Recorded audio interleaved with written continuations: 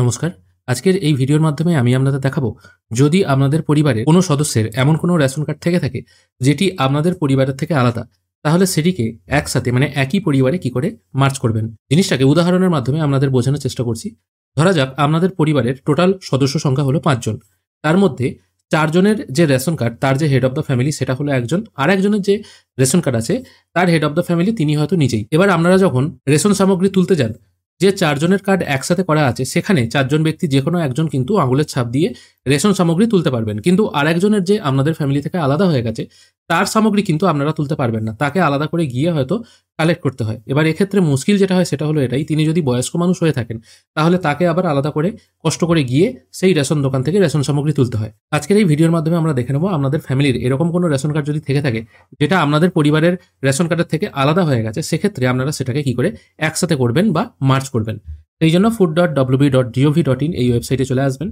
এখানে আসার পর সিটিজেন্স হোম এই অপশনটায় ক্লিক করবেন। তারপর একদম প্রথম অপশন রেশন কার্ড সম্পর্কিত কর্নার এই অপশনটায় ক্লিক করে রেশন কার্ডের মাধ্যমে স্বসেবা এই অপশনটায় ক্লিক করবেন।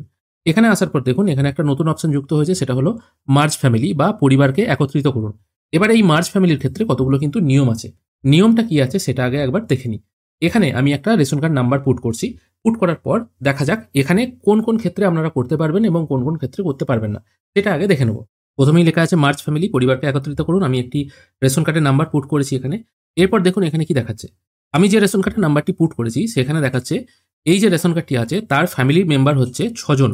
অর্থাৎ আপনি ফ্যামিলি মার্জিংয়ের ক্ষেত্রে মানে ফ্যামিলি একত্রীকরণের ক্ষেত্রে তখনই এই সুবিধাটা পাবেন যাদের রেশন কার্ড ক্যাটাগরি একই, মানে একই টাইপের কার্ড। যদি আপনার যে কার্ডটা আলাদা হয়ে গেছে সেটাও যদি SPHH হয়, আপনাদের যে ফ্যামিলিতে আপনি কার্ডটিকে অ্যাড করতে চাইছেন সেটাও যেন SPHH হয়।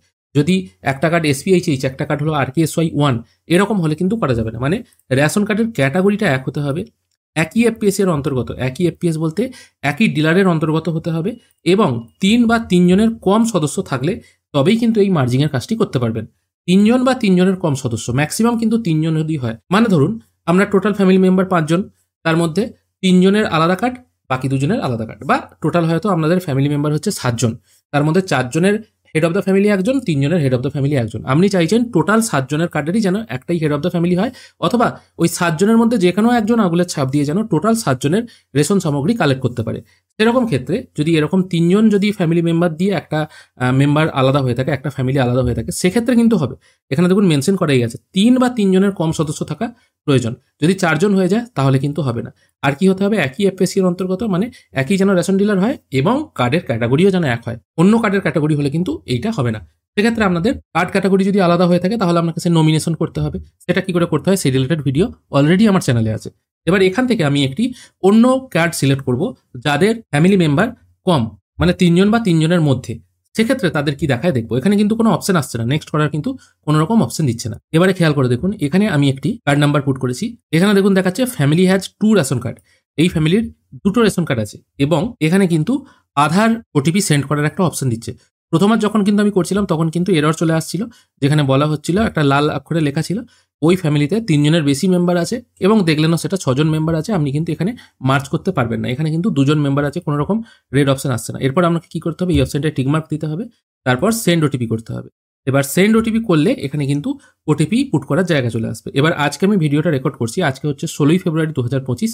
এখানে এই যে একটি প্রবলেম হচ্ছে না, রেশন কার্ডের সঙ্গে ফোন নাম্বার লিঙ্ক বলুন অথবা কোনো রেশন কার্ডকে আধারের সঙ্গে অ্যাক্টিভেট করার ক্ষেত্রে এই প্রবলেমগুলো কিন্তু 15 তারিখ বিকেল থেকে শুরু হয়েছে, মানে 15ই ফেব্রুয়ারি বিকেল থেকে। আজকে 16ই ফেব্রুয়ারি, এখন বাজছে দুপুর 3:33, এখনও কিন্তু এই প্রবলেমটা হচ্ছে।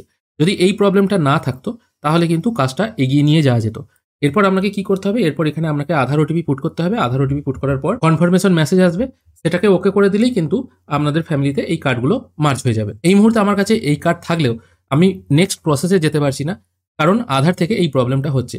যখনই সার্ভিসটা ঠিক হয়ে যাবে তখন কিন্তু আমি এই ফ্যামিলির মার্জ করে অন্য ফ্যামিলিতে যাওয়ার প্রসেসটা সম্পূর্ণ ভিডিও করে দেখিয়ে দেবো। মোটামুটি আপনারা বুঝতে পারলেন কীভাবে করতে হবে। এখানে জাস্ট আধার OTP পুট করবেন, আধার OTP পুট করার পর একটা কনফার্মেশন পেজ আসবে, সেটাকে ওকে করে দিলেই কিন্তু আপনার কাজটা কমপ্লিট হয়ে যাবে। ঠিক যেভাবে রেশন কার্ড রেকটিফাই করার কাজ হচ্ছিল, মানে রেশন কার্ডে যেভাবে নাম, ঠিকানা, বাবার নাম বা গার্জেনের নাম সংশোধন, ডেট অফ বার্থ সংশোধন যেভাবে হচ্ছিল, ঠিক একই প্রসেসে কিন্তু এই কাজটা করা যাবে। যাদের প্রয়োজন আছে তারা কিন্তু অবশ্যই এই কাজটি করে নেবেন। আশা করি আপনাদের আজকের এই ভিডিও ভালো লেগেছে। যদি ভালো লেগে থাকে অবশ্যই একটি লাইক করবেন। ভিডিও দেখার জন্য অসংখ্য ধন্যবাদ। ভালো থাকবেন।